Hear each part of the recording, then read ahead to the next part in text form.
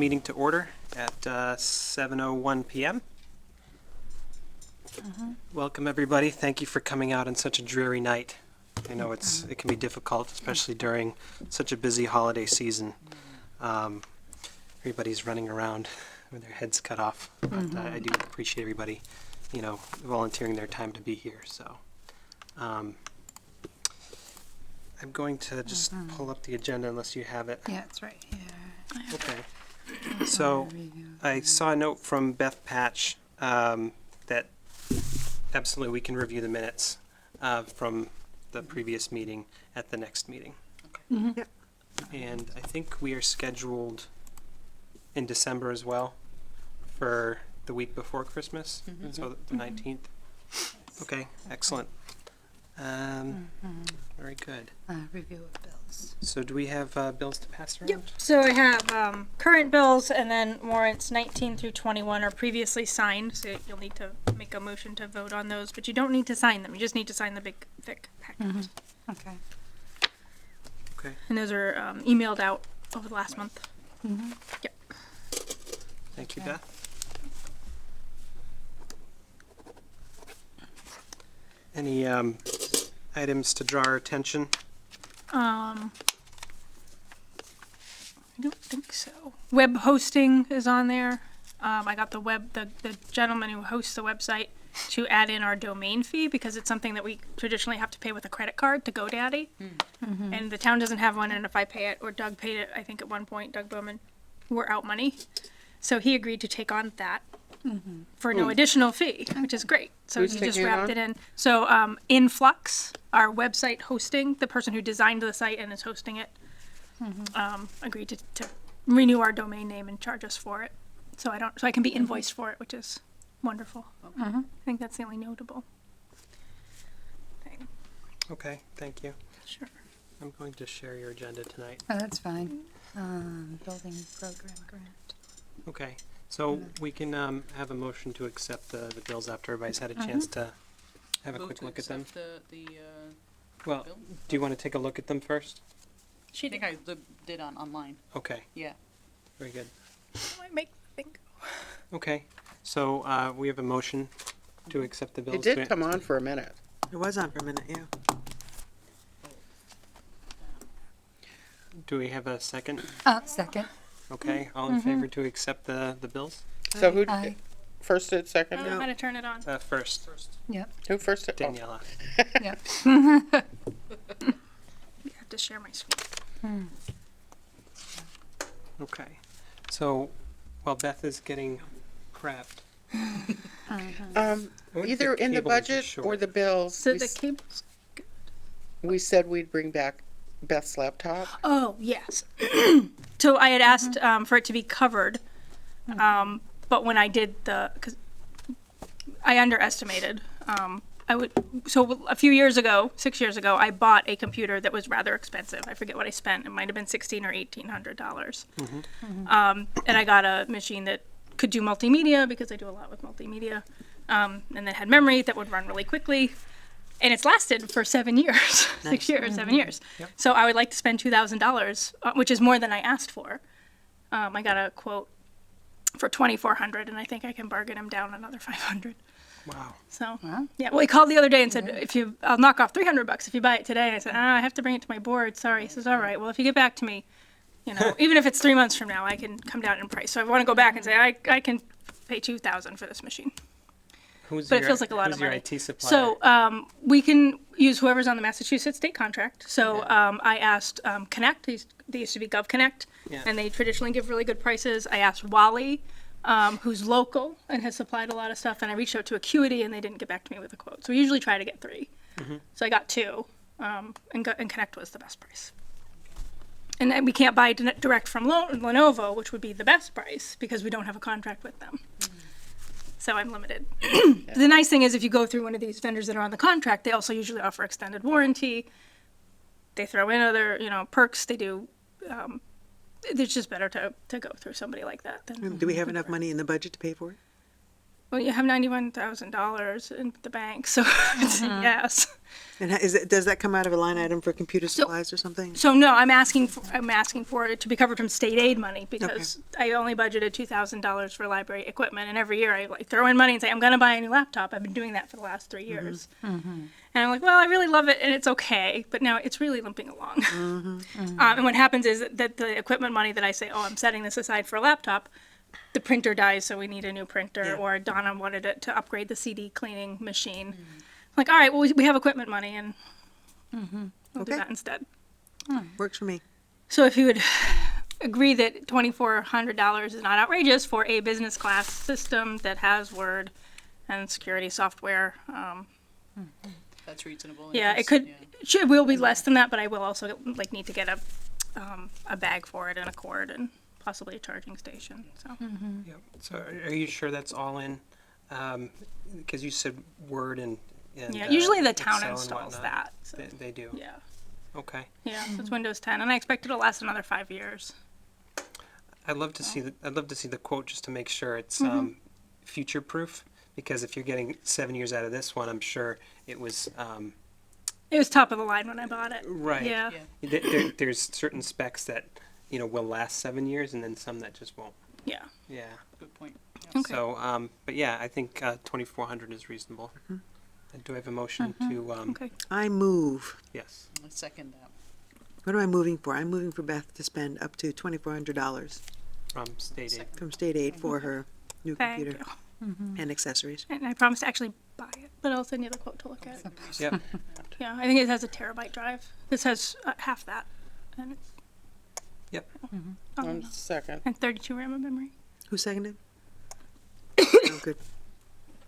I forget how to switch. Okay. All in favor for? Uh, Yes. So up to 2,400 out of state aid, and that's Martina and Daniela, and everybody approves. Yeah. Yeah. All in favor. Aye. Aye. Great. Okay. And it's for computer and accessories. Okay. Very good. So, still need a little bit of help here. Yeah. Display. He's gonna have to come out of the booth. Sorry, Here Bill. comes- Seth, just want to unplug the HDMI wire and stick it back in, see if that makes it Okay. recognize. Because it is limping along now, isn't Yeah, it? just plug it Well, see, it did detect something. Yeah. and see if that, and then I'll punch it through. Okay, should Oh! Wow. Yay. Nice job, Bill. Very good. Thank Except you. now I can't. Now you don't have that. Can I see both? Yeah. So press the Windows P key. Hold down Windows and press P, It's the print. and then you can do. right. Duplicate. Oh, Ex- Nope. Okay. Click happy. I know. There it is. All right. Thanks for your patience. Ah, beautiful.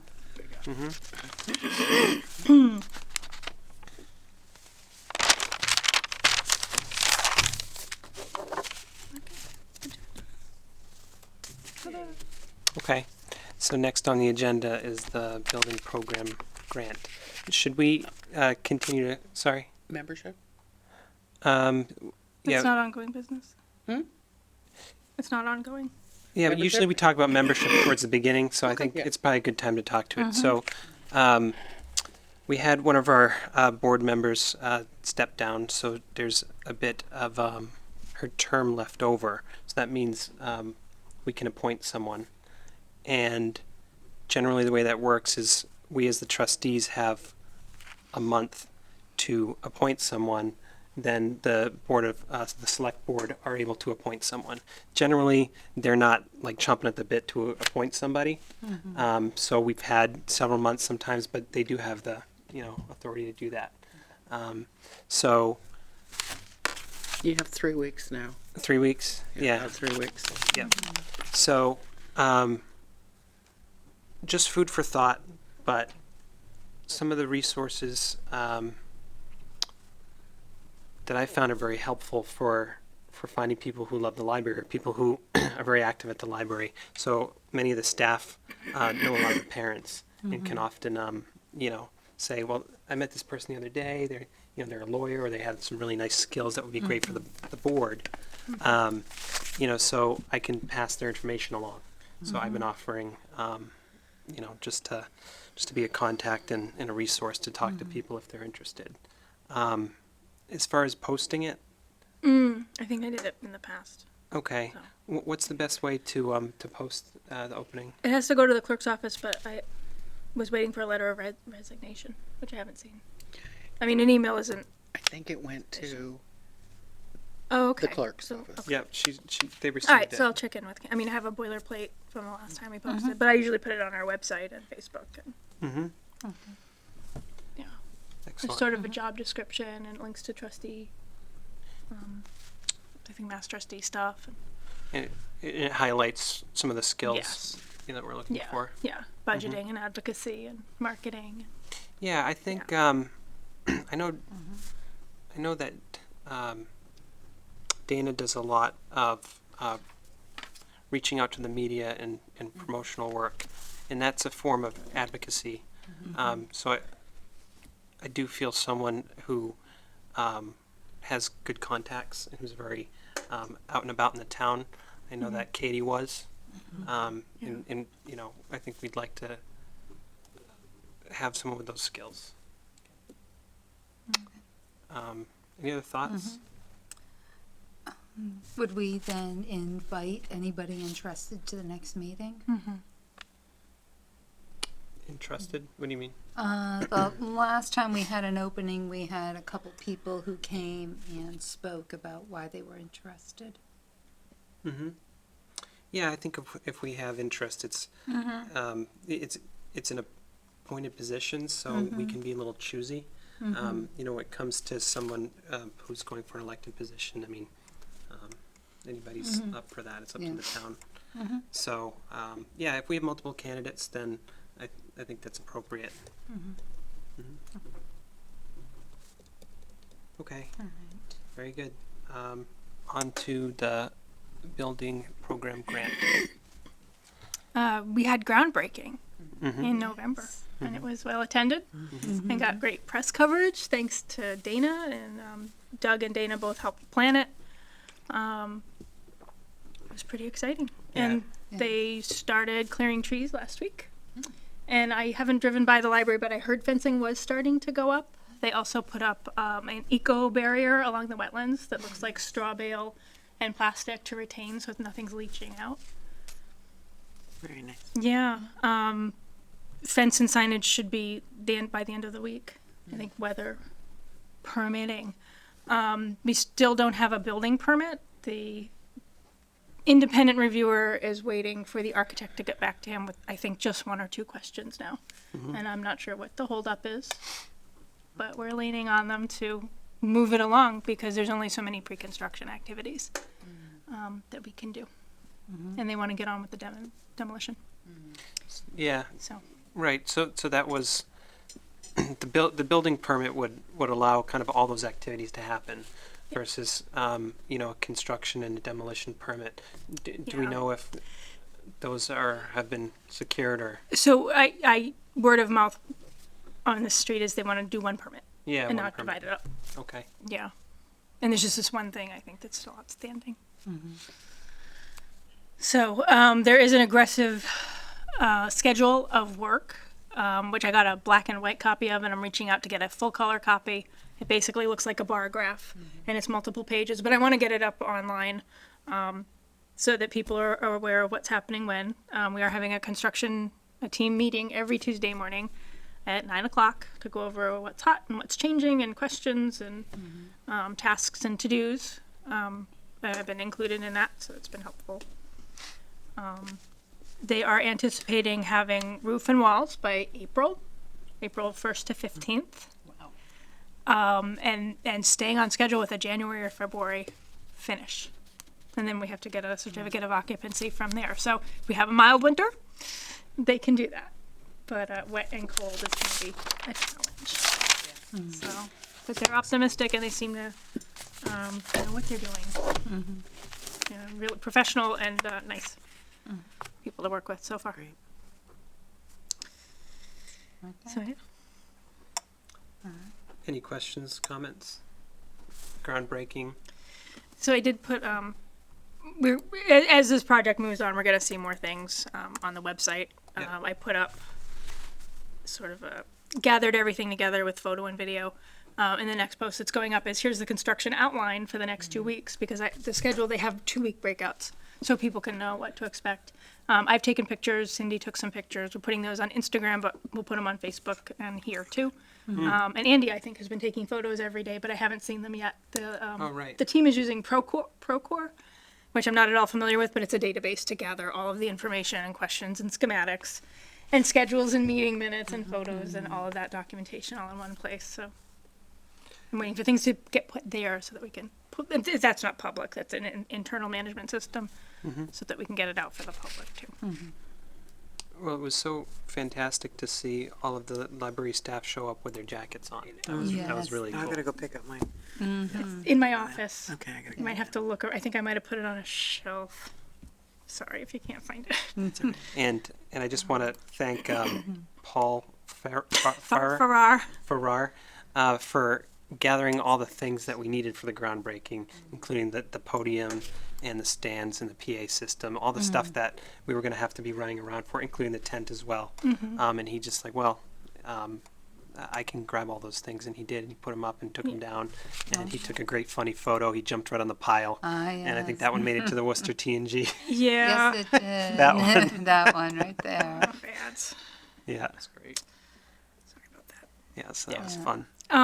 That's just how he is. Yeah, you ask him to do something and he takes care of it and goes above and beyond. So, Well, we're glad to have him. Good. So Yeah. that's good.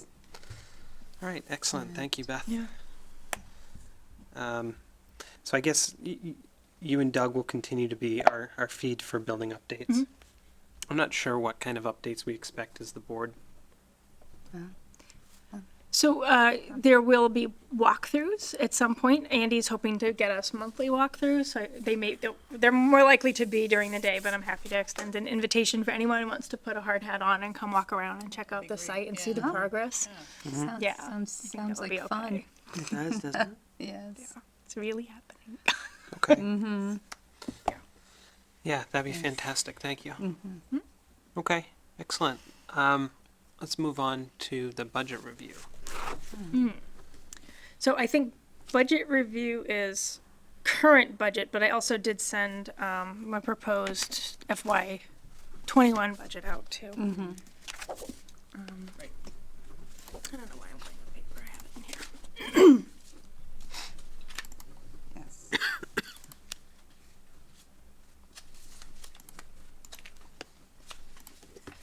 So we're 5 months into the year. We should be around 42% for all of these categories. We are on budget for staffing, which is fantastic. We're very careful with how much money we have for temps. We still do have a vacancy. One of the challenges is with the position closed October 7th. But then we had to get I can't interview alone. I need to have other people sit in.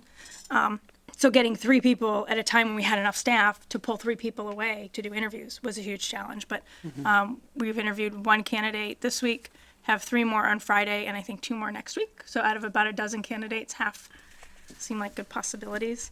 But we're just trying to make sure that we don't go over for what we have for part-time staffing this early in the year. Energy's low, repair is low. So this is a part-time. Part-time 20-hour, yeah. Right. Lee McCullough had resigned, Okay. I think in September. So we immediately posted it for 30 days, reviewed applications, but November kind of got away from us.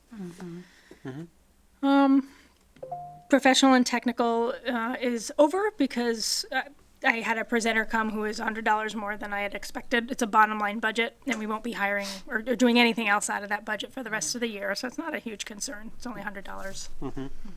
It looks like educational supplies here is high. It's at 55%, but that's because it's accounting for the encumbrance of $18,000. So when we get ready to buy books and materials, we kind of lock that money in by saying to Ingram, all right, we're going to spend $25,000 with you. In Midwest, we're going to spend $5,000 with you. In Hoopla, we're going to spend $5,000 with you. And then when we order, we deduct from that PO. So we've actually only spent 40% in actual cash, the expenditures, which is on target Oh, for this time of interesting. year. So it looks like it's higher than it should be, but that one in particular is okay because of the encumbrances. Okay. Hi, Dana. And the same with periodicals. It's high, but that's an order. We do it like once a year.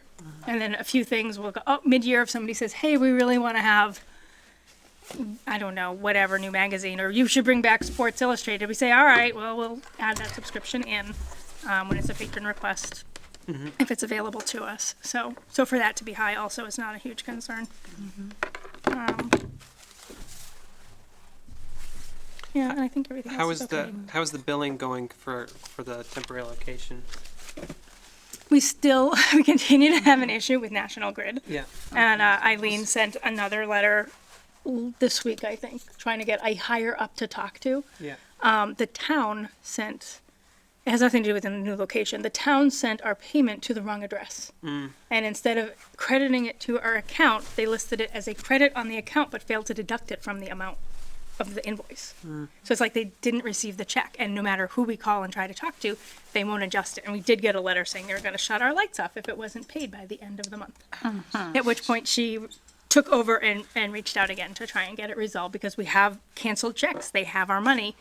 And one issue is if they say, all right, it's a credit and just to adjust the bill, we don't want them to say, you still have a past due amount because you didn't pay on these other invoices. Yeah. 'Cause we actually can't really pay from a statement with a past due amount. We're supposed to pay the right amount every month that we owe.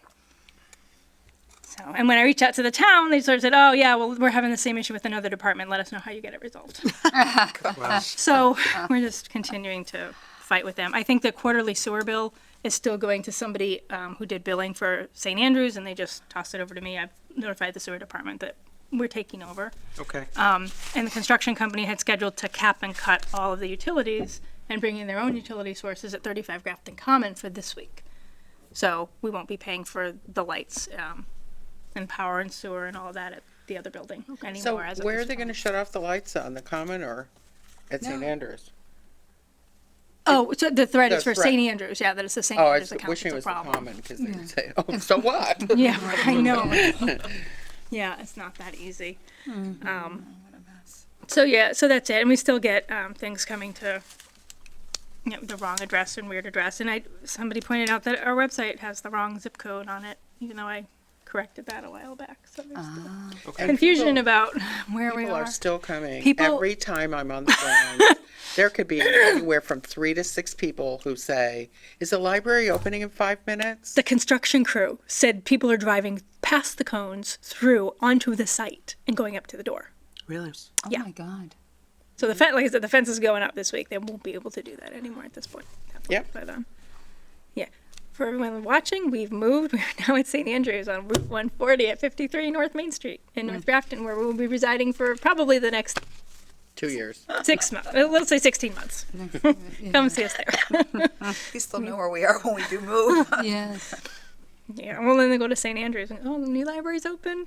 Yes. Yeah, I know it's a little late in the game, but actually maybe it's not, because if they put fence up around, I was going to say maybe we could use one of the town, light boards or something, just to say that we've moved, and because fence is up now, and it's kind of like a milestone for that. Like the library's not going to Well, open yeah, for a and while. we did not put any kind of signage. So the signage on the door, I don't think there's any signage scheduled to go on the fence that Yeah. says where to come find the library. Right.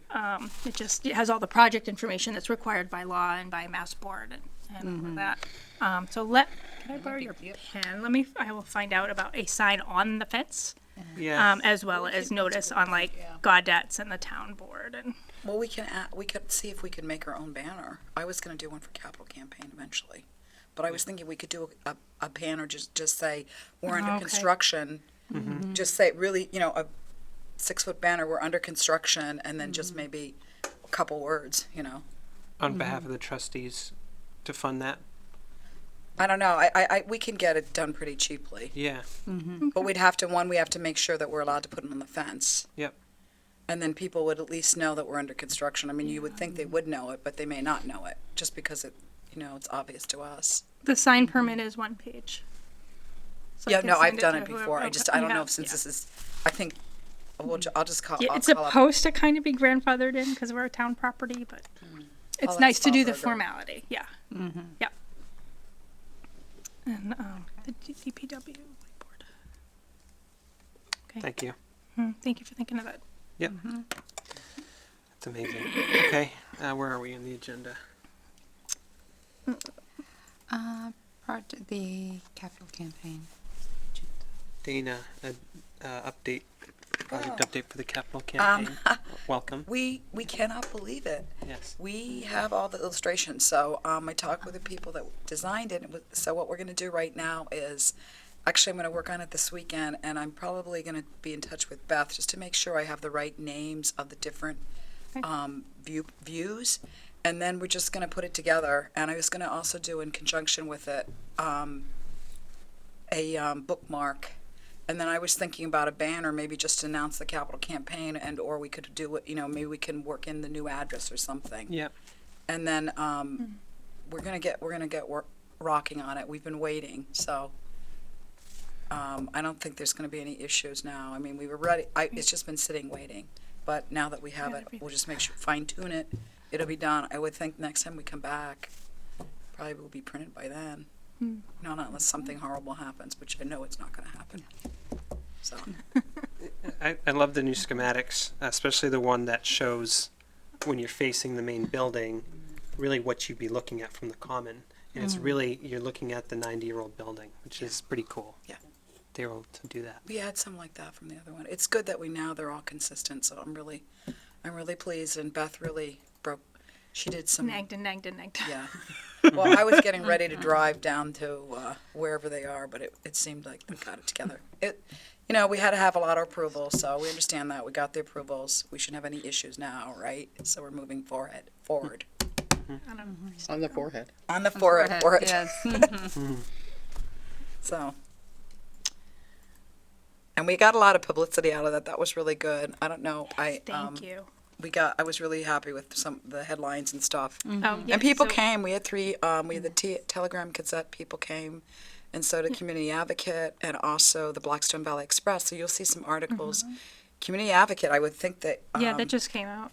Did they have an article about it? Okay, I Yeah. didn't see. So I compiled them all into a Oh, post good. on our webpage. You so should be people can something see in them. Blackstone Valley Express too. I sent. They needed. Oh, that was Jerry, right? Okay. Nice. So, Yes. I guess we'll have fine-tuned some stuff. I have some questions to ask Beth because things have changed a tiny bit. Yep. As far as the budget, if we're still calling it 16.6 million project and what. That's what I thought. And that's, Every article had a different cost. okay, Yeah. we did our release at 16.6. Yeah, so I tried to explain it here. Here's I think one group just rounded down for some reason to 16.5, but another said 15.8, and 15.8 is the eligible cost, and that's what the grant reimbursement is based on. So the I can- 7.4, you divide that into 15.8, that's where you get the 47%. I can see if the ones that are These are still, all estimates. some of them can be corrected. I know one person that will correct it for me. So there was something else that was amiss, but I couldn't, I asked him to correct it, didn't get corrected. Well, the only one that's not an estimate is the $7.4 million.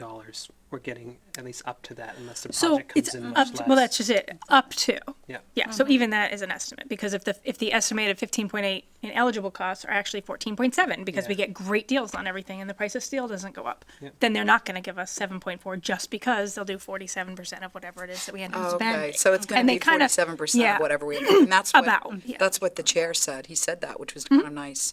Yeah, and then thought it at was that, great. if there's extra money, that goes on to somebody else, on the waiting list, and that's a good thing. Yeah. But they kind of just give us as much as they can, 20%, 20%, 20%, and then at the end of the project, they go, okay, so you actually didn't spend that much, so you actually only get a 15% for the last payment, because we're not going to pay you more, or the full amount if you didn't need it.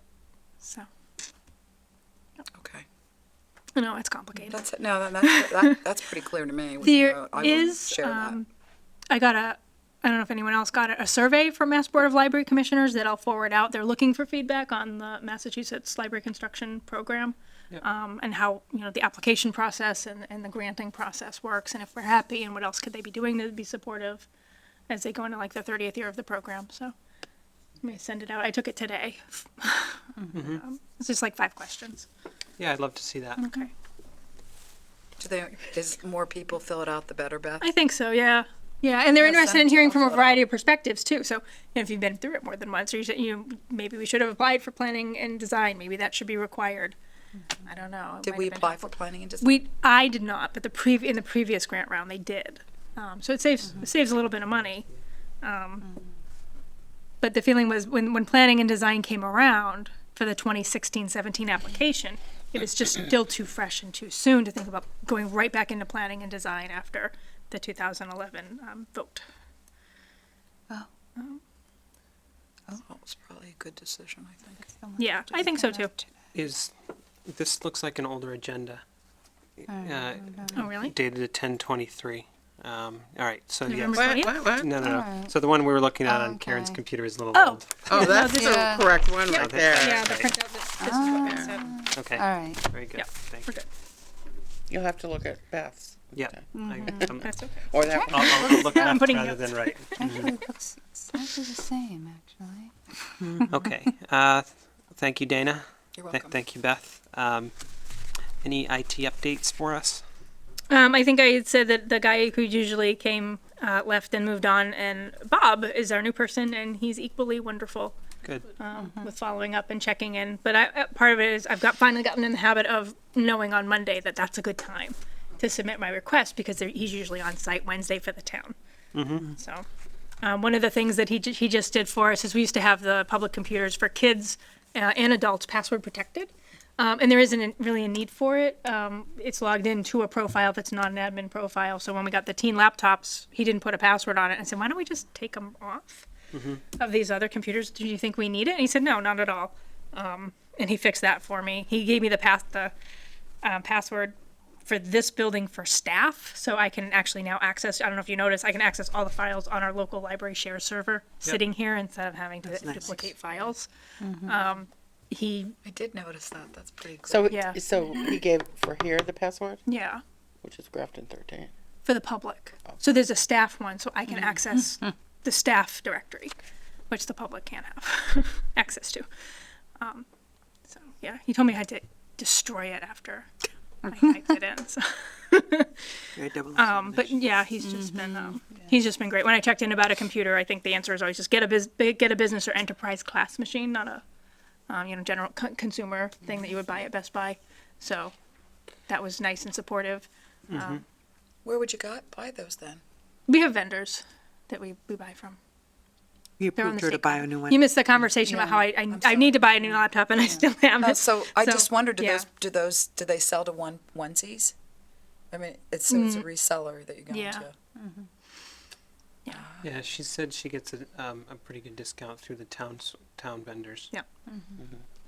Yeah, and they usually do extended warranty and support and accessories and often often when I say I have a budget, the various vendors, even if it's an Apple product, they can usually work with me. So it's, yeah, and it is sometimes extended to staff, but there is a feeling, because we have to do our ethics testing, statewide ethics testing every year, that it's really not cool.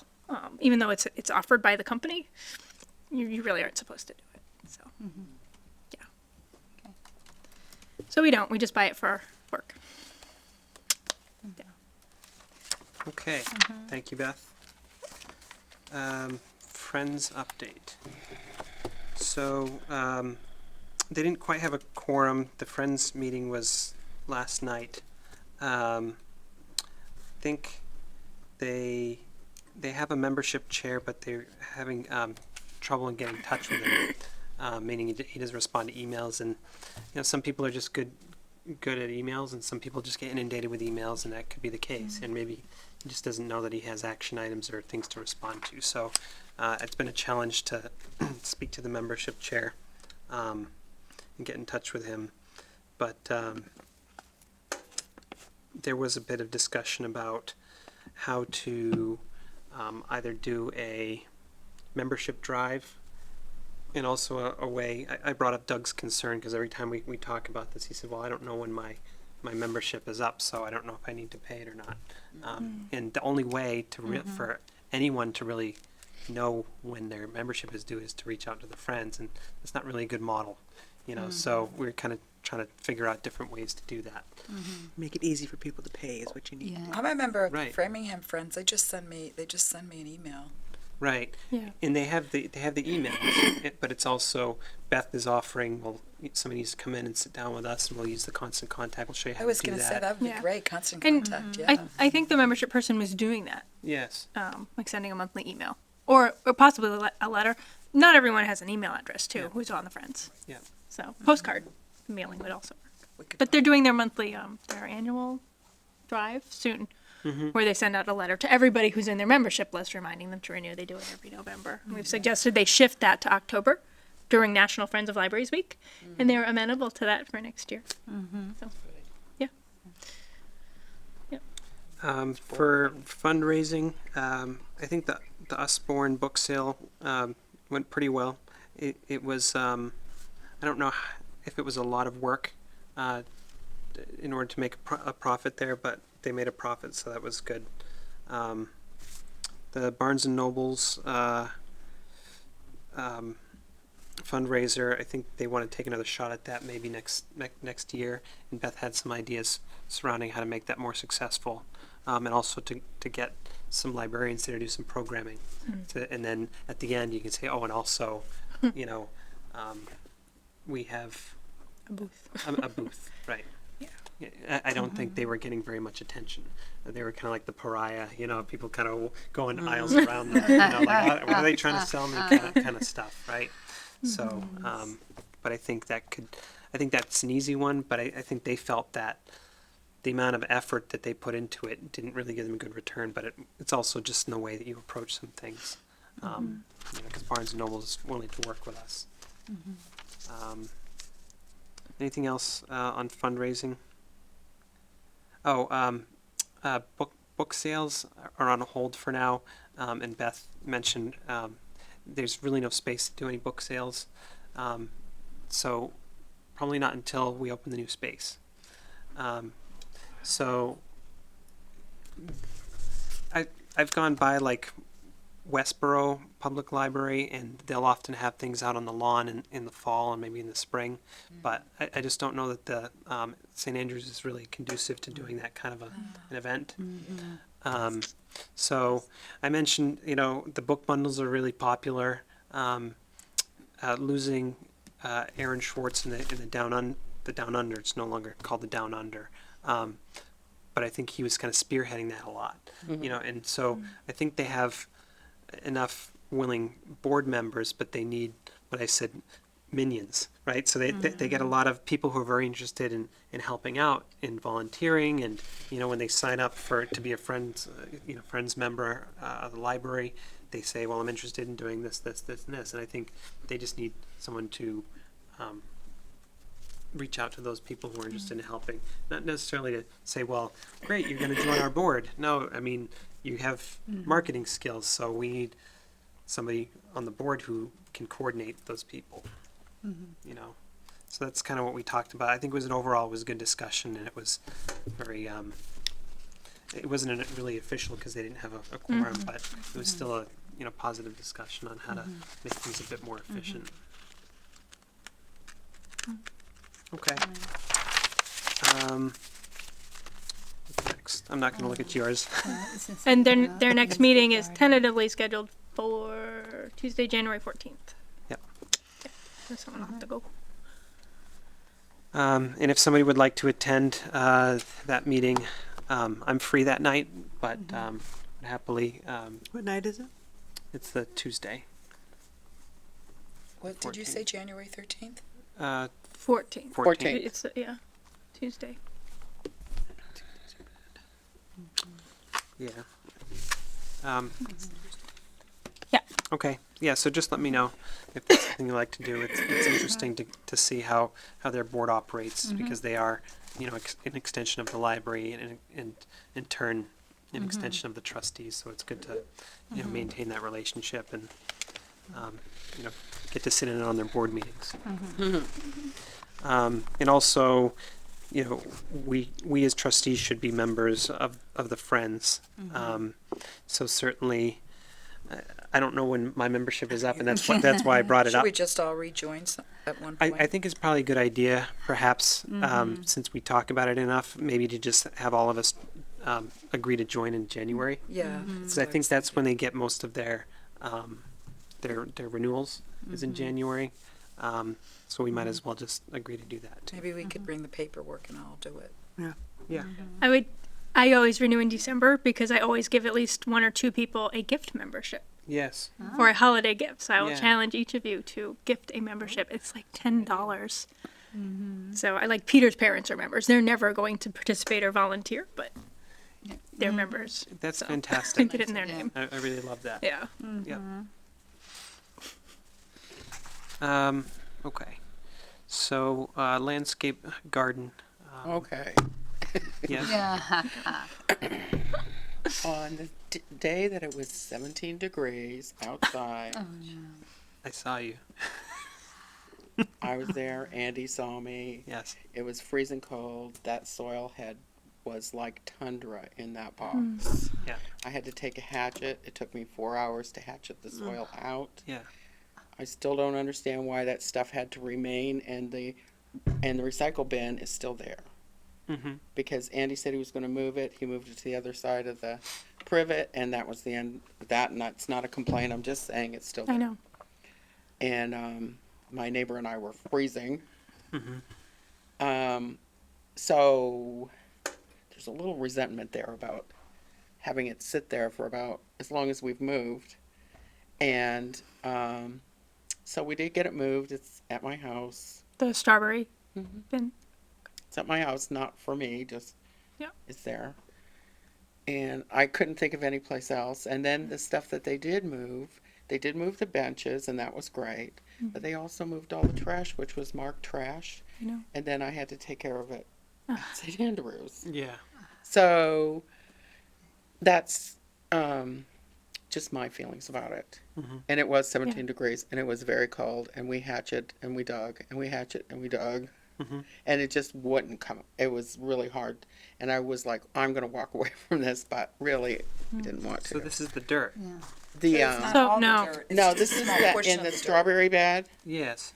Well, it is incredibly heavy if you move it with the dirt. Yes. It's heavy if you don't move it with the dirt, but it was impossible to move with the dirt in it. So anyway, that's done. And I had observed while I was there that we have some more brick issues going on all around the building. Yes. And I was going to take pictures, but it would get too dark before I got around to it. But Yeah. there were a lot of on all the sides now. Yeah. There's So- brick issues. The stack box, I noticed a lot in the last 2 or 3 months on the stack box, but that's what's being demoed. So that doesn't So on the matter. side of the but yes, main the side and the main, of the main library. take pictures and send them. I mean, we're going to have a mason as part Well, I of the figured I could go to the church and take Yeah. pictures from there, but there is stuff going on there, on the part that's going to stay, and then Yeah. I wanted to actually move that bench against the building, the bench at St. Andrews, Yeah. but I don't know who moved it, but Oh, I did. that was great. That's what I wanted to put it, and I thought, oh well, I put it right in the garden people bed. might not like it. I think we have to move the book drop because of the winter plowing and this getting the sidewalk snow mover down the walkway. It can be done by Paul, but I don't know where to stick it. I mean, So What about right on the front entrance to the sanctuary? Isn't there just a little lip there, or am I just not imagining it right? Like there's a 2 pillar or steps something. up. Yeah, there's a couple steps up. If you like It's on the ju- porch. Yeah, it's just too big. To book I think drop. it might be able to go further. Like there's a walkway. Yeah. That might work. it might work. But I don't And know where then- they're planning to put snow. What I noticed was that they haven't really done anything about the leaves, which I frankly don't care. They did it Because at it the is old good building. for the little creatures. Because when you mow or Yeah. rake or whatever, you get rid of all the little creatures that are good things. But on the front steps, that needs to be taken care of because there's a lot of leaves. Somebody could fall. Okay. So that's just going off the porch. But people do come up and down there. Yeah. Okay.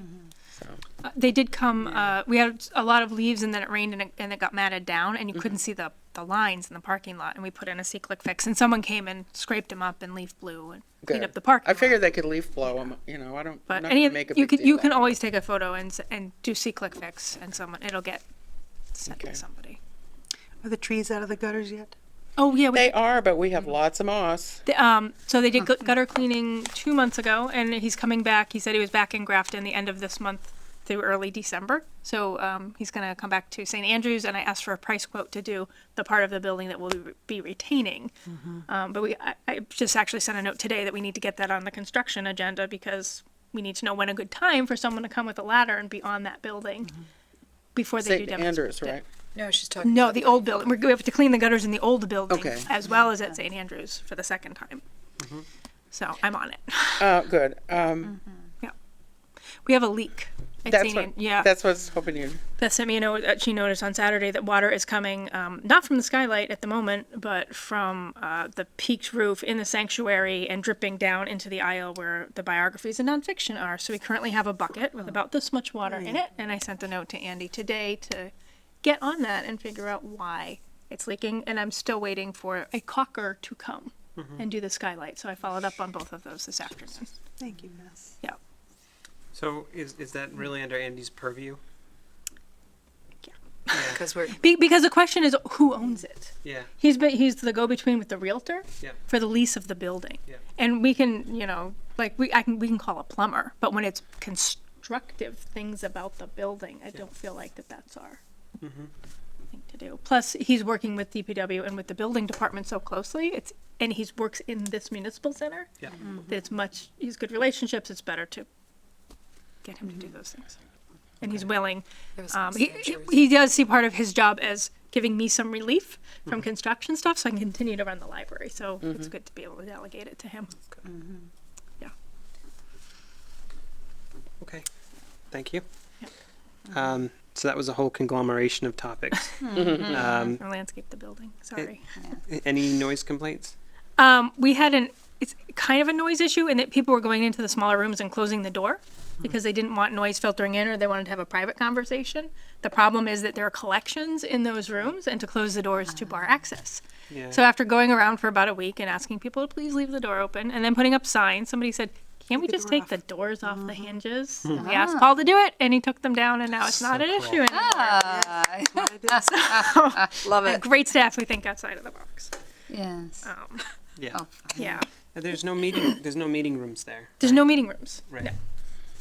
In the new library. Where did he put the doors then? So here in the, That's an issue. everything, we have no storage as well. The next issue is space issue. So we Could do we turn have, them into a table? No. we did, I mean, that's I how, know we we made computer tables with the plywood doors that were on a storage cabinet in the old building. Nothing like antique or original to the building. They would build stuff in the server room to house supplies. So yeah, we do have some things made out of doors. But in this case, no, they have to go back to St. Andrews, right? So we just took I them know, off the I'm hinges. teasing you. In the sanctuary where we've got the stage area that used to be the altar, there's stacks, bookshelves. So we have a lot of things that the public doesn't need, historical materials and internal supplies and that sort of thing. So we just stuck them down 2 aisles for things that we don't really need to get to but need to retain. So there's 3 doors now up on the stage. Good idea. Andy DeShanes was telling me that they're going to go and get the marble that's in the building. They have to do all that work. Where will they store it? Probably in the main reading room. Okay. Yeah. So there was some issue with the bidding, but they actually just learned that they can use the bidder who they rejected. You can reject bids if they say they will only work with one company, but you don't have to reject them if they exclude a list of construction company names that they don't want to work with. And I guess we didn't know that, and we rejected somebody who had an exclusionary list, but now they're back in the running, and they were the only company who bid on it and said they could not only remove the tile and preserve it, but also then do all the new tile work. Most of the other companies didn't want to do both, so that's why we only got 1 or 2 companies.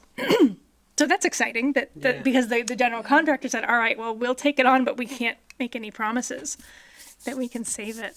And we're gonna reuse that tile in the foyer of the new accessible entrance, and it'll be really beautiful. So I said, well, if it goes wrong, we can just have a mosaic. It'll be pieces instead of beautiful squares. But I think it's gonna like it's form a marble, border right? around other. Yeah, it is marble. It's very thin. I mean, you can stand underneath it and see the light coming through. It's gorgeous. You're talking on the mezzanine? Yeah, when you go up to no, the mezzanine is linoleum. No, I mean, It's that it's where the main level stacks are. Yeah. Yeah, it's gray Cool. and green with white and gray stripes through it. Yeah. Yep. And then space, we have a Mr. Kim program where he comes once a month and they can let in, I think like between 25 and 30 people. So that's like 15 kids and 15 adults. Yep. And that doesn't fit in the program room that we have at St. Andrews. So the staff tried to hold it in the regular children's room, but it was disruptive, and then they had more people coming into the program. And we're just having this challenge of we've contracted to provide this program, but he can't change the time, and there's no parking if we're going to try to do it at Apple Tree Arts. There's not going to be any parking for people to park to go to a big program. But what time is it? So right now it's at 10:15 There's parking all around the common. in the winter with Yeah, 3-year-olds. They snow. Yeah. All right, I'll go back to staff and suggest that they wanted to close the children's room to run the program, and I said no. Can't do it at No. Unibank, right? Too small. It's too small. Yeah. Yep. So we're just trying to figure out how to make it work. Well, the staff used to close the children's room for programs. I know, but now we have a program room. Yeah, it's just too small though. Yeah. Yeah. So I said, well, limit to what you think we can retain, what we can hold. But it may mean that they only let in 10 or 12 kids. Oh, Instead I of mean, 10, 15, there's nobody really. Where are the construction guys? Will they park near the site? they'll be on the site. Okay. Yeah. Not much happening at 10, 15. Okay. I will go back There with that should be- information. there- Because I think The it could be at Apple common's Tree. supposed to be cleared, right? I think- The parking spaces should be cleared. Yeah. Yeah. They said that when they had it off-site, because they did try to do it off-site, that people didn't come, that they had a no-show twice. It may happen. I'm Yeah, not- so then they're paying the performer and nobody's there. It's hard, but I mean, Yeah. people have to realize we're not in a city. You do have to walk a little bit to park. You know, it's okay. I've heard complaints from people. They don't want to. I guess they want to have a parking right exactly where they are. Are there any rooms in any of the churches in the common that could do it? And there's still the parking issue. Well, you could park if you did it at the Congo Church. You could park right there. The big, the big room they Okay. have. Is that the big white one? Yeah, Yeah. That's so where, that's Apple where Church people has could had park a- and go to Apple Tree Arts. Yeah, all right, well, my first suggestion was keep the time slot, do it in the program room. If you have to further limit the audience, limit the audience. I bet you could do it in the Congregational Church. Okay, I will bring that As a 10:15 on a backup Tuesday? backup plan. This is a Okay. backup. Okay. Yep. Thank you. Right, we trust you. Thank you. Yes, thank you. Thanks.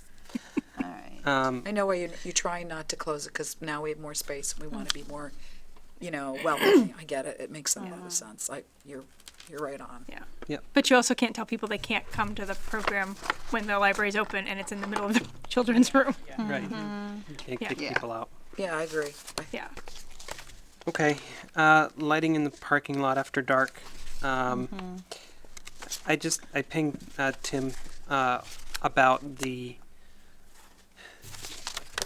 light that faces the parking lot from the light pole or telephone pole on the street, because you had said that National Grid had a ticket open, they closed it, and then nothing happened. Yeah.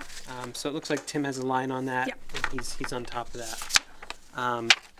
So I think a lot of people are surprised that, okay, well, it's great that we have something lighting the parking lot at night, but, We how- immediately how- got complaints about the lights. but- What's the complaints now? It's too bright yeah, and they should be angled a different way.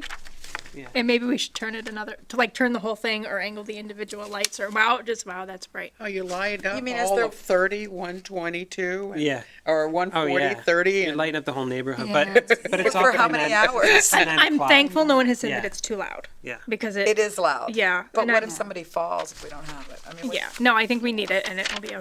And we can hire somebody to fix the light box that is not owned by National Grid that's on the other side of the light. Oh, so we that's- could use this in the intro. So Yeah, so there's the pole with the street light that's really dim, but those are all eventually getting replaced, so they don't want to do anything with it. But on the reverse of the pole is a light box for some light fixture that is not owned by National Grid, but that they can't touch. But they said we could authorize you to hire an OSHA compliant contractor to go fix that. That's what I thought, that National Grid was responsible for no. that light box. So They're not. We are. So yeah, so I think that's why the ticket got closed, but then it was not communicated Oh, that it was actually our responsibility. all right. And by our, I mean the town. So again, Tim's, Okay. Well, at least we know whose court it's in. yeah. Excellent. And DPW and building have been great. Somebody from the municipal center goes and turns it on for us on their way home at 3:00, 3:30 every day. Staff have to flip it on Friday and off every night, and then on and off on Friday and Saturday. And somebody came and filled up the gas for us, Lovely. unasked. Just took it on and did it. Good care of Good. Yeah. That's great. Good. Good. Yes. Yeah, I think often it's good that you're getting good service from the town, because sometimes people forget the library is a town building as well. It is. So I'm happy to hear that. It's taken a long time to build those relationships. Yep. But they're there. Good. Yeah. And I'm appreciative. Yes. Okay, and I bundled 2 questions in my email to Tim, and he only responded to one. But I know that Doug was taking it on to talk about the library lot expansion. But I CC'd Doug on that, but I didn't hear anything about it. Do you have any more information? I think the last we knew it was kind of in limbo, because we had reached out to the next of kin who owned that land. And I asked Tim, I said, well, are there legal ramifications if we take it upon ourselves and just do it? Probably. So that's something, I guess if you can't do it, you can't do it. It's a nice thought. But I'm not sure what any alternative is. Well, we have to find out from Tim, right? Is that the whole issue? Find out if we can do something. Yeah. Yeah, It's a town decision. Yeah. He might do something. Right, but it's privately owned, the land. Well, could we get in contact with them? We've We're been working on it. trying. Yeah, that's the. Oh, They they're don't not respond. reachable? They're not No. responding. Yeah. I didn't understand that. Because we're going to be there like for 2 winters. And this winter's supposed to be tough. Yeah. You know, so I attendance is heard down. I mean, the attendance is prediction. down. But The prediction is, Now, Lots of snow. they can't even get the weather right for next week. I'm not worried. whenever they do the Siberian, use the Siberian thing, Oh, they're yeah. always on it. Oh, come on. What do you mean they? The weather forecasters, they're right when they use that. Well, we'll just, I guess All right. I don't know, what else can we do? Okay, Nothing well, It's too bad, because it could be a good solution. in an effort to keep us moving here at a good pace, we spoke about the library renovation groundbreaking. Beth went over some of the photos and articles. That was fantastic. And Doug and Dana were both thanked for all your efforts. I know it was a lot of work to get the word out and get the kind of coverage that we wanted. I think it happened. And even one of the is it Mark?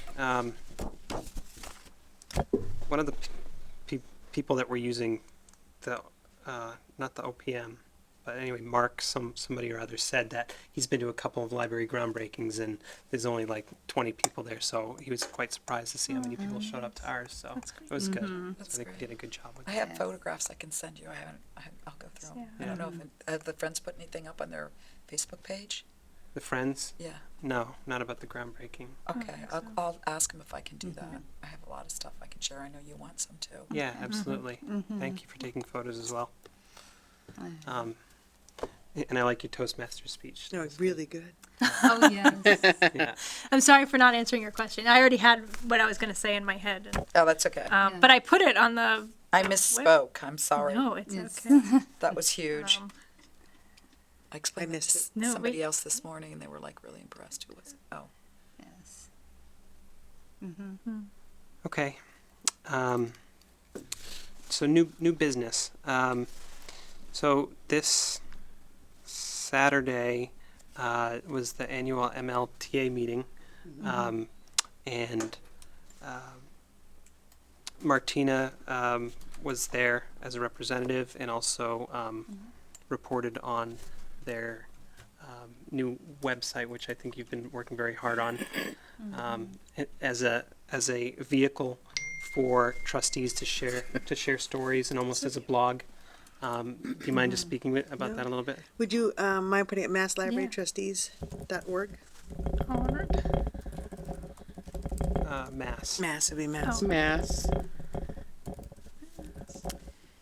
So as you all know, the last year when this happened, they asked for members and board members, and I stepped forward and everyone else stepped back. So it's been actually a really great time working with everybody, and this is a website that we decided that we needed to be able to. The tagline is "For Trustees by Trustees." Oh, I love that. For library trustees to share information with each other, and it's developing and growing. The annual meeting was a time we built a program that we titled Libraries of the Future, Innovations and Community Engagement, because we were brainstorming ideas and realized that libraries are not just for books anymore, right? And that people, and librarians know this, but as Absolutely. trustees, I think it's important for trustees to know what's going on. So Maura Didi from the Library Commissioners found us some great speakers. One of them was Vatsadi Sivongse. She spoke about the census, which I think you wanted to talk about a little bit more later. Not in any great detail. No, but the role that libraries can play in providing a point of access for people Yes. to be counted in the census. So she talked about a lot of statistics about that, and it was really informative. And as soon as I have her presentation, I'll upload that.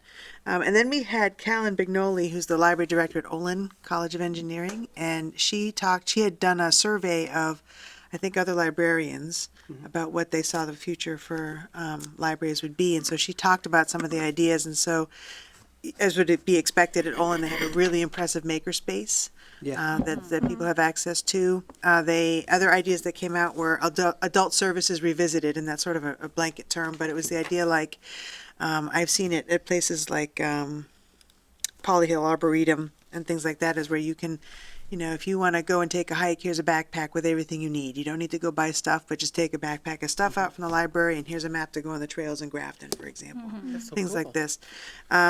Citizen science, having, a computer set up so that you can have programs on students, on patrons, using the computers to do science, like, I know I do it in my classes, like looking at data to find planets around other stars, that sort of thing. Having things to do with workforce changes and employee retention, having conversations about inclusion, staffless libraries, which I found really fascinating. They were parts that libraries could be staffless, but it's almost like those little mini libraries on the street, right? Take a book. Yeah, we have that. Right. And also I think you do, and the checking out is a step in that direction, Yeah. right? The checking out and the checking in. So it doesn't have to be a library just standing there by itself run by robots, but the idea that there's staffless part. A focus on tween spaces, not just on teenager, but children's room, but tween spaces. We have that. We have that in our plan, yeah. Yeah, and then some things about automation and artificial intelligence. And so apparently the American Library Association has a whole guide to the future of libraries. So she talked about that, and I thought a lot of people asked some good questions. And there were about 70 people there, 3 of us from Grafton were there.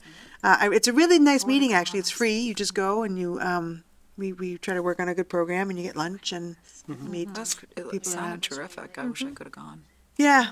And so if you go under I think it's under resources. That looks great. What a you will great find, website. if you click on the resources thing, we're trying to get a series of blogs going, written by trustees. So I love only have one so far about why I'm a trustee. Someone came up to me afterwards and asked if I would write one on how to actually do build a website. This is all on Google Sites. It's free. It's very easy to do. There's some trustee resources, the basic ones. And then we learned about that there's some library advocacy organizations in Massachusetts. Western Mass has been very active for a while, but Central Mass now has a new organization going for advocacy in this part of the I state. love how you did that. Yeah, and then Eastern Mass doesn't have one. I asked, they don't have one. So this has some resources for just being library advocacy. And I'm thinking blogs could also include how we went fine free and how it went. This is not intended to be legal advice. This is intended to be sharing of experiences, right? Right. Yeah. I think it could be a place where, you could talk about, some helpful advice on when you're trying to get a new library in your town, whatever. And also I'm asking Maura Didi to write something about what makes a trustee different from a friend, different from other, what can a that's trustee do that good. others can't? Because that's the stuff I'm still figuring out, and we're hoping to make this be a central place Oh, to have that's that beautiful. information. So, yeah, so the meeting they do it once a year, and Do you think it'll be the same time next year? right around It's the usually same time. November, yeah. Yeah. And all of our board meetings are going to be at the Shrewsbury Public Library, so you can always, That's cool.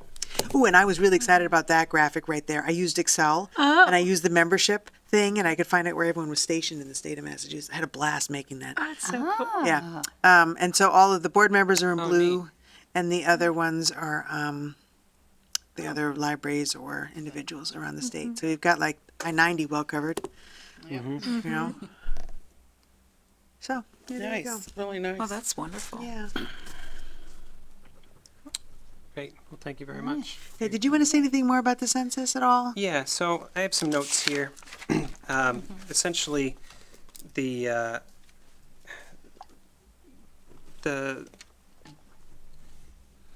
I want to say, I forget what the term is, but these kind of micro committees, Yeah. these micro census committees, that can help people get counted in their communities, are kind of popping up everywhere because the census is done every 10 years, and 10 years ago was funded at about 120%, Yeah. and this year it's going to be funded about 40%. 30%. Yep. 40%. So, Who picks up the rest of it then? No so one what does. the strategy that they're doing is they're trying to get people counted online, and libraries are an important place to get computer access for communities, because I think she said that there's a large percentage of It's like 30,000 people or something. yeah, in there's like Massachusetts. 38,000 communities or people. 338,000 lack broadband access. So libraries are going to be, very important for those communities, and also just a more just an anonymous place for people to go and be counted, because there's a lot of reasons why people don't want to be counted. Especially with the question on immigration right now, and the census taking is going to be right around the 2020 presidential primaries. So that's another reason, because there's a lot of political rhetoric. People don't really want to be counted. So the point was that libraries are going to be a very important resource for the census. So somebody reached out to me, partnership specialist with the Census Bureau. Yes. And we have a meeting scheduled for December 10th, and I asked Heidi to sit in. Okay. They're looking both to recruit people to do the census, I think, to go out into communities, but also how we can, as a community, promote it and get people to come in and take the census and get counted. So, Right. yeah, there is a mini grant that we can that libraries can apply for, but I don't think we're a community that's eligible. So, yeah, low income. And, Yeah. You can do the census on your mobile phone, multiple languages and Braille. Yeah. You can make it easy, but if you don't have access to it, Yeah. Yeah, you can't do Doesn't it. matter. right? Right, and there was a lot of talk about why the census is important, because it helps the state to determine, and federal funding rather, how to allocate resources to communities that are either have too much population, for lack of a better word, but then also sometimes we can identify communities that have kind of shrunken population, and actually, I think she said in 2011 there was a seat removed from the from the Senate, because they just had less of a population, so they need that extra representation. So Yeah. Anything else to No. contribute, add there?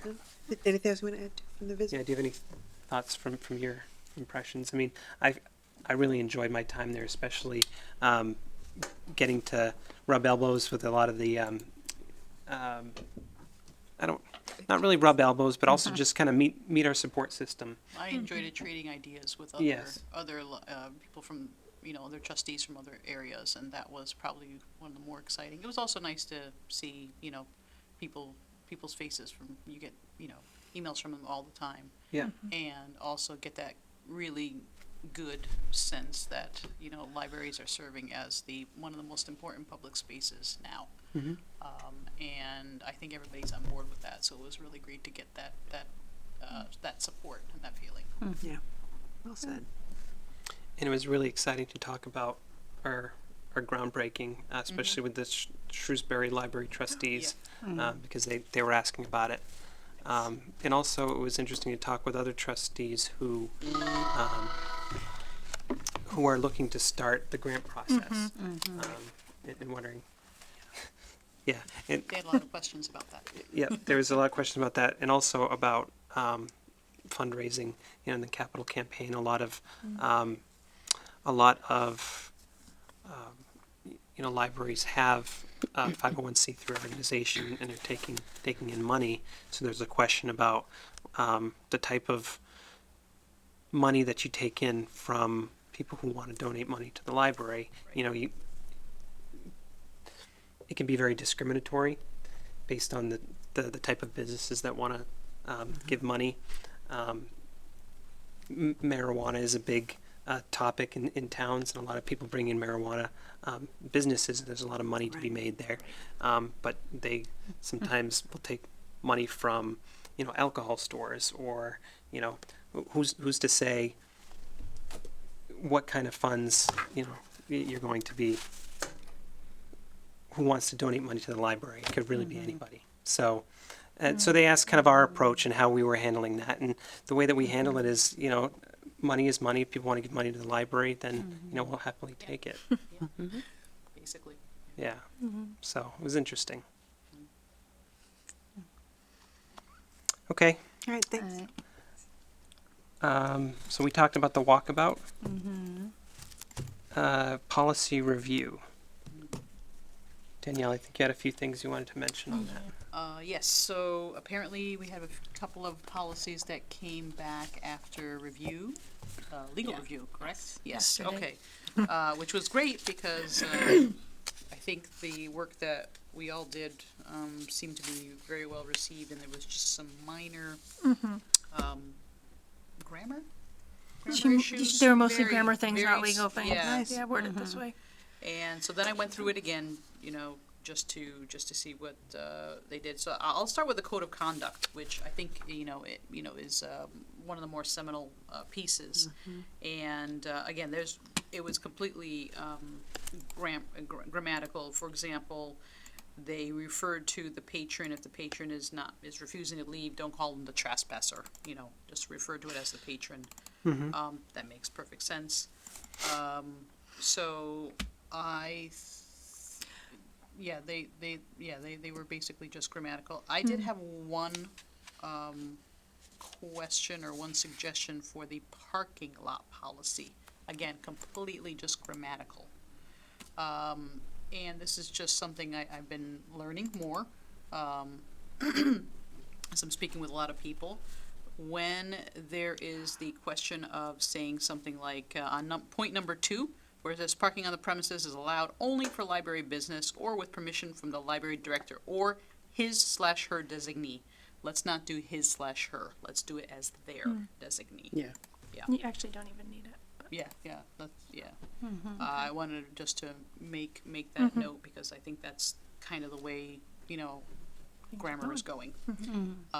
And if we can just whenever there's a his/her designation, English lets you use there. And let's do that to be more, to include everyone. And I think that's a good way to go forward policy-wise. Other than that, what we looked at and what we suggested has come back pretty much intact again, other than those wording changes, you know, the Yeah. grammar changes. So, I think these policies are ready to go forward and be enacted. Yeah. Are there three there? There So are three, yeah. And there what's should the be other one? 4. So Oh, yeah, so we had voted and approved the parking lot policy and the service to people with disabilities. right. So she had tweaks, and we said we'll just go through and implement our changes. Right. But then I also sent the code of conduct because there's a major change with, we had said that people couldn't videotape in the library or take photos, and that's not true. It's actually a First Amendment violation to say that it's a public space. Anybody can come in and film whatever they want. in the There's no public building. expectation of privacy in the library? No. Okay. No, and there has been a watchdog group who's been going into public libraries. So I sent all this out like last month or the month To before. us, and we missed Yeah. it. Yeah, they went to Arlington Public Library and got into it with the teen librarian, who's a personal friend, and she was like, they shamed her because they were in the right that they could go in with a camera. They don't need to ask people, are they allowed to post it? Even with Freedom- minors, my only question. Freedom. They're allowed of- to do that? Freedom of the press in a public space. Okay. Is the They common opted not considered to. a public space? Yeah. Because Yeah. we've always been courteous and asked people. Yeah. Well, I mean, whenever I do that for We can- anybody, yeah, I we always already- Fill out ask. that that's a form. courtesy. Request We do not have to use a form. We're not required to use a form. No. Oh, okay, that's No, how so I- that's the major change to this policy. So now that legal has looked at it and thought that the revisions that I came up with were okay, my intent was to now send it to the board. Daniela to look at first and then the board so that we can vote on it in December. Okay. The other thing that I sent, that we've had surveillance cameras for over a year and we've never had policy around our surveillance cameras. So I also sent for legal consult the surveillance camera policy and the request for footage document that's required if somebody wants to get a copy of the video footage. And she had a few grammatical changes to those as well. So my suggestion is, we've had it come back from legal, you take another look at it, and then we'll send it out for everyone to look at and vote on 4 policies in Next month. December. Yeah, if that's okay. I think for the surveillance and. Yeah, I because think the it needs a surveillance and the little code more- of conduct need a more little time. more. It's And double check. Where do we keep those? So they go on Google Drive, the policy committee looks at them, and then when we're happy with it, we send it to everybody to review before the meeting. So you have time to read it, so we're not editing in the meeting. I'm curious. And then they it live on the library website once they're implemented. Makes sense that it's a public space and people Yeah. can do it. So, Yeah. my question is, let's say, and the only thing I'm thinking about is with the minors part. So if there's a program with Same, Mr. yeah. Kim in the children's room and it's something people sign up for, is that considered a public event? Yep. Okay. Yeah. All right. Yeah. Just, just. Yeah, so the group, the First Amendment group that's been going to, they've been going to libraries all over the country, to police stations, to courthouses, and as soon as somebody says, oh, you can't be here, you can't film, then they, yes, I can. Here's the Constitution. Oh, yeah, You're yeah, violating yeah, my I do Consti- remember. I You're remember. violating my First I Amendment's remember rights. something about, yeah. Because now that anybody Yeah. can make a YouTube channel, they're press. Anybody can make a blog, they are press. So they're relying on that as press to do that. Do they have to be press? The courts don't They're- let you walk in with your camera, with your phone, period. The end. If you have it, you walk out. Are you allowed to have it in your handbag? Nope. You are not The allowed to have a Worcester camera courthouse when you go to does court. not You are in allow Cambridge. You're not in Worcester, but you are in Cambridge. You're not in Westboro, no, So it's none of the it's courts. different So what- around the state, actually. So the if court. you have any business in that courtroom, you cannot bring a phone in? Don't bring a phone in. in Because Worcester. it's camera. And Westboro, If there was no And- camera, you could bring the phone in. and Marlboro. They also don't allow like an Apple Watch No. in Worcester either. So people just leave them in their cars? Yeah. Yeah. If you make that mistake, turn around and walk back to wherever your car is. A library seems more open though than a courthouse. Yeah, and if it's a Yeah. staff-only area, like, I just thought if Yeah, people didn't you want can- to be you can block photographed, you them. really couldn't take them, but it sounds like You if they're in can. a public space, Yeah. you can. you can. They can't go into staff-designated areas. So I've encouraged staff, like, just close your laptop. My new laptop will have a privacy screen on it so that you can only see when you're directly in front of it. And going forward, that's what we'll do with staff computers too. And Sarah's solution was, if somebody comes in and we're doing story time, I will just end the program. I said, that's fine. If you don't want to be photographed. Yeah. No, she doesn't. Well, she'll just say, okay, program's over. Because she doesn't want to be photographed. She doesn't think that families should be subjected to that, and kids. So I said that was fine. That's good. But it's unlikely too, because the footage that I've seen of people going into libraries, like this guy had an assistant who said, we're going to go to the children's room. And the guy's like, no, we don't need to go to the children's room. We got what we needed to do done. They have their behavior policy posted. We pointed out that it's a constitutional violation. We're good. We're leaving. So, because they had a posted policy that says you cannot photograph, photography is prohibited, video cameras are prohibited without, and I think ours said without express permission of the director. Right. Okay. So we've edited that. And so staff areas are not part of the Staff public areas, space. yeah. They're We not can say public. that they can't go into a staff area. Okay. Because otherwise, could they go in the bathrooms then too? Yeah. Okay. Not while someone's in there, because I think that has an expectation of privacy if you're in a bathroom with a closed door. So I've heard that there's like no middle schooler who doesn't have a picture of themselves on the toilet because someone climbed up in the stall and took a picture from the stall over them. Because that is the culture that we live in. The kids take selfies of each other in the bathroom to sneak up on their friends as a joke. Oh, I'm So- so glad I'm past that. Right? Our bathrooms, our ladies' room is single use. Our men's room, it has a partition. But, yeah. All right. There is no such thing as privacy. Privacy is dead. I think Oh, let's people don't keep fighting realize for it. that. On that You're note, photographed wherever you are. I- right? my head What hurt. other wonderful. we're My head being is watched hurting. right now. There is. Yeah. Disney, there's cameras everywhere. Remember the guy that, the man that hit the Environment, person on everything. that road in Suffolk? But we digress. We digress, yes. Just drove into the next town, thought no one would see videos of Did in that front. assignment for you. Yes. Okay. All right. So, What's next? thank you for the policy review. So it looks like we'll have 2 policies, four. Yeah. Four. Because we have 2 that we approve that we have to just approve again The because other, we made yeah, changes. the other two need a little more Yeah. scrutiny. No, I mean, how many will we be voting on? 4? Yes. We'll be Okay. voting for and Fantastic. Yeah. Yeah. Excellent. Great. Thank you. So advocacy, a fine-free library. perfect. I know the last time we had spoken about it was writing a letter, and I forget what the timeline was on that to get that. What's to the finance committee? They meet in March, Okay, meet in March. Yeah.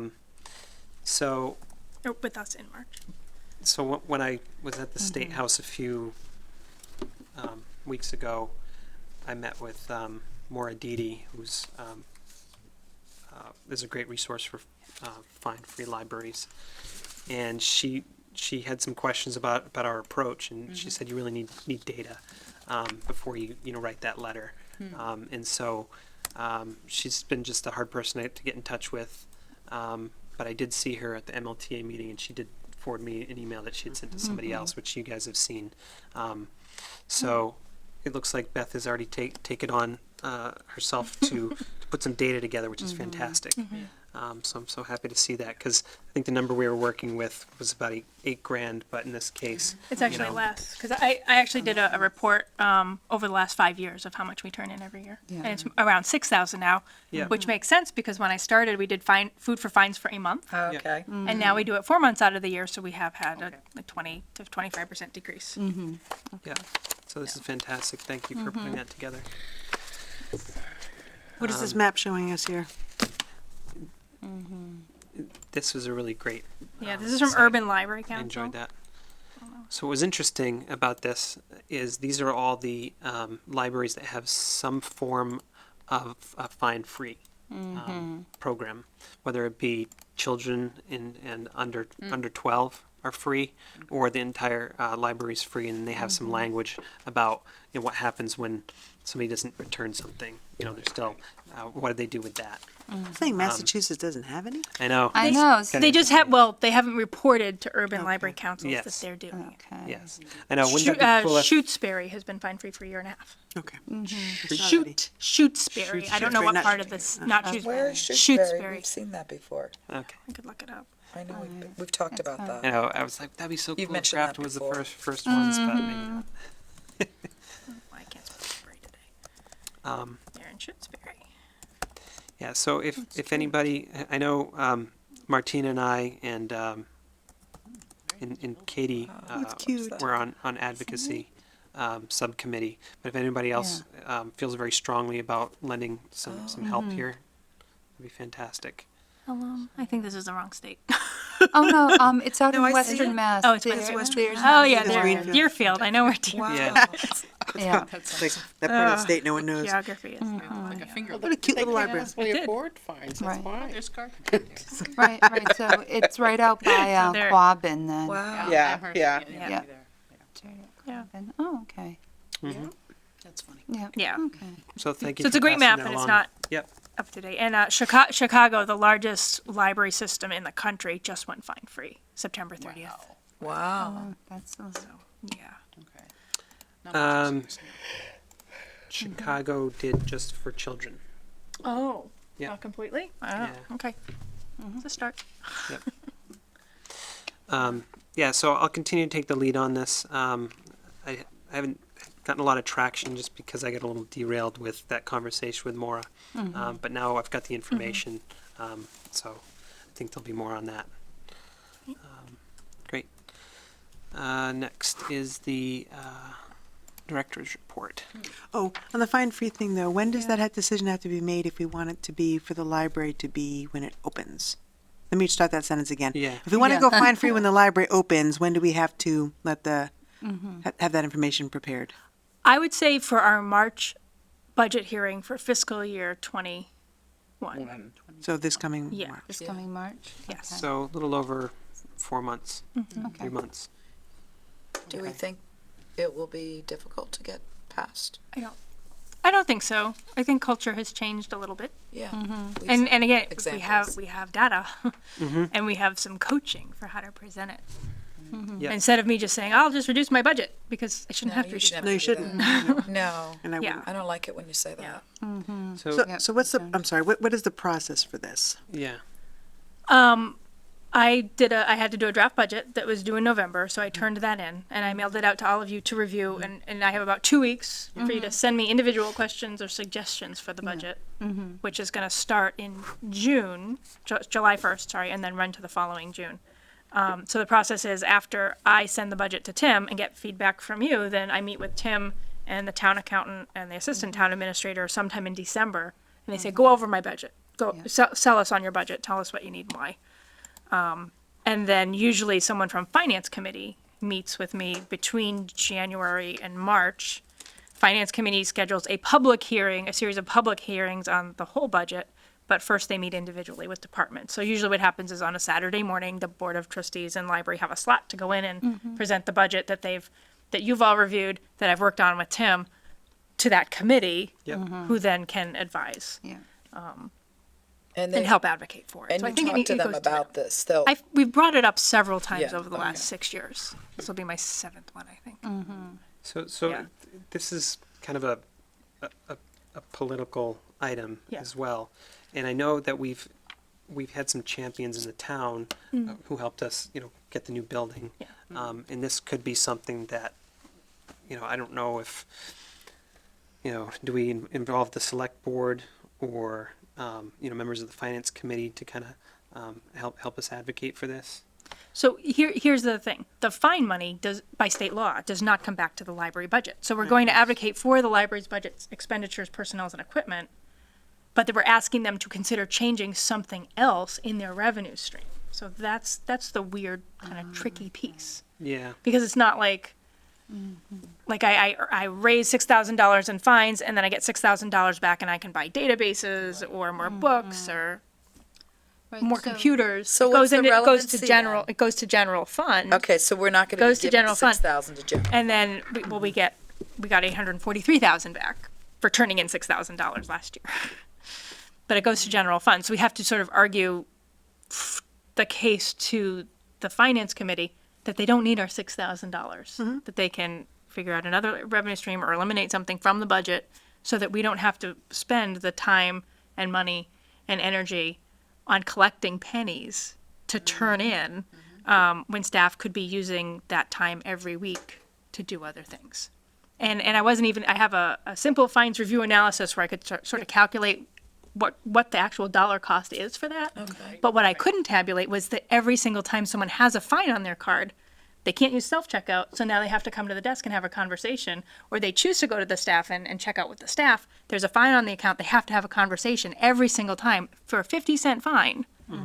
Oh, yes, you have a fine, but it's under $10, so you can still check out, pay it at some point, or hey, wait until November. We're going to do food for fines. The Or, machine just won't oh, let them do it. yeah, Yeah. Any fine. or, okay, sure, we'll take the money and collect it, or, oh my gosh, you have $12 in fines, and now we have to argue about why there's a fine on the card. So that And we impacts end up forgiving programming, it a that lot of the impacts time. the other kinds of things that the libraries Yeah, could be so there doing. isn't a way to quantify the conversations that we have to have with every single person who has a fine every single time on their card. Do you have the data, like, of that money that's collected, how many fines that, what, like, was No. that from 100 to No, 100? and, I don't know if it's yeah, even there's possible. no way. I just have a, It's one person. yeah. Yeah, Well, and it's 20 people who work at the library who are typing in, a 10-cent fine, but then say Whitensville Social Library has a penny a day fine. So now someone comes into Grafton and they have a 10-cent fine for 1 day late for our book, but the other library's book was 4 days late, so now they have to pay 14 cents. So I went and looked at the weekly turn-ins, and I'm like, why is it 38 cents? We charge 10 cents a day. yeah. Oh, because we're also collecting for other libraries, and we don't have to give that money to them. We keep it, and they keep our money, and it all works out just fine. But trying to get a handle on how much money and how many transactions was like, I could say, how many times do you open the cash register so that somebody can either pay a fine or pay for printing or whatever. And So come would up we with an still have to estimate. manage the fines of, if they turn the book in from that other library? they turn- Probably, yeah. Oh my gosh. It's much more complicated than you Well, think. no, I take it back. They can return their late book in Grafton and they won't have to pay any fine. Okay. Yeah. So no, we won't have, it'll just be no fines. We're not taking any fines for anybody, just lost materials. All right. Yeah. So you just need to figure out, could people in a couple months' time just note whenever they have to deal with a fine, and that would do it? That would We could start tracking it. that yeah. would make sense. Yeah. You could probably come up with like 5 minutes per transaction, 5 to 10 minutes. Oh, it's a minute. I mean, It's a minute. Yeah, it's not, I was in the library where it was like a 20-minute discussion. well, guy I guess it would- depends on the there are He person. just people wouldn't who- give up. I mean, he just like couldn't believe it, and they were just trying to explain, well, you didn't return it. That's why, it was just. Well, that's But a on and different on. scenario, not returning something. but it happens. But you still, if you have late things, you can't take out other things. I mean, I still think there's a Yeah. a check and balance in the system to make sure you're not going Your amok. card gets blocked. Yes. Yeah, So it's not like- when you hit a dollar amount or when something's overdue. It's not penalty free actually Yeah. to not return things or be late. So Right. And that's kind of why people say that the punishment sort of factor of the fine doesn't stop people from having late materials or not bringing things back. It's I can't use the card anymore. Right. So I'm gonna figure out a way to clear out the card. yeah. Either returning or paying or volunteering or So if there are no fines, whatever. and a person is consistently late and doesn't return items, Well, they'll get billed for it. Okay. Yeah. We do not have the time or energy to go through and track and, that's a repeat offender. It just Yeah. doesn't work that way. Yep. Yeah. And clean slate. You bring it back. Okay, we're good. Yeah. Take the next book out for 6 months. Bring Have it back. Okay. Yeah. But we run lost and missing reports on a really regular basis. And if something's lost, we buy a new copy. So what I'm also hearing is in the end, you're the one who ultimately advocates for it all until we all at the budget meeting do something. So we don't want to do the letter. I think you should do a letter. Yes. So we wanted to hold off on that, right, Aaron, for a while? Yeah. Once we have the data or something? Yeah. But yeah, I can collect more data than my A estimate. letter to whom?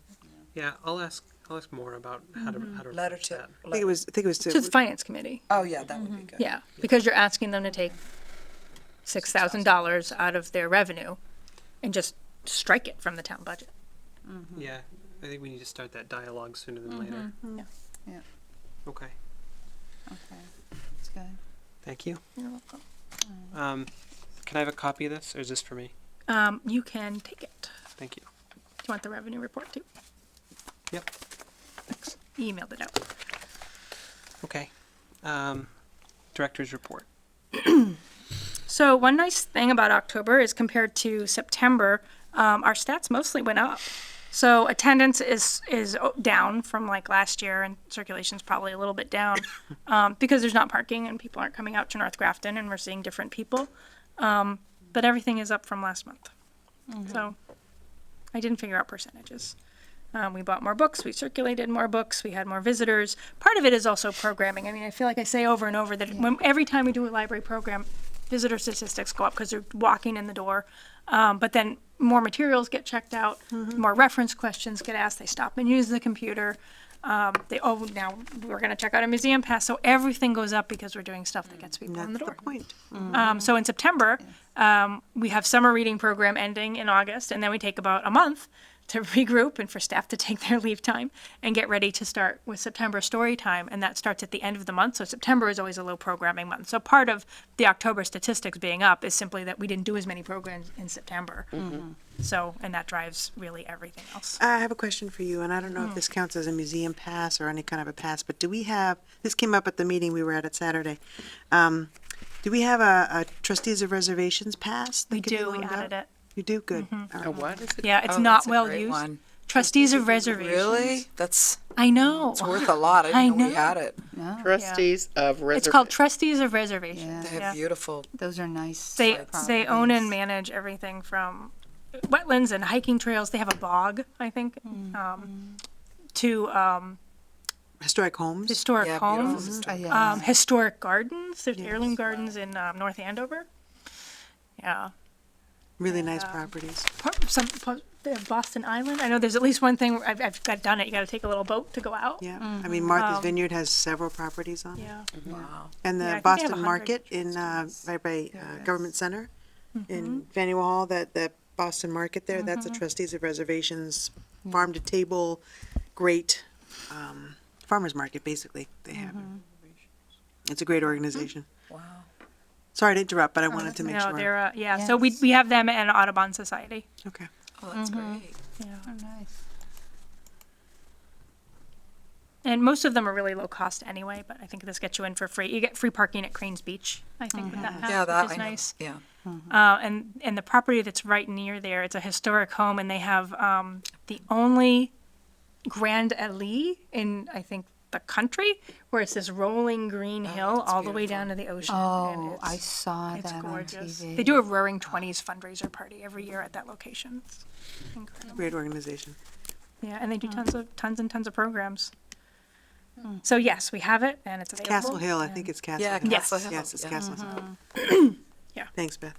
Sure. Yeah. We also added the State Police Museum. They checked in with us, and they created a pass, and it's Grafton residents Oh, can go that's for free. great. Nice. Yeah. Yep. So that's new. The State Police Museum. Yeah. So notarizations and passports were down, and volunteer hours. We had more volunteers, but they gave us less hours. Okay. Go figure. Nice. Yeah. Those kids. Fine. We're starting to see our senior workout volunteers actually. Yeah. So, and they're great. And then what month are we in? October.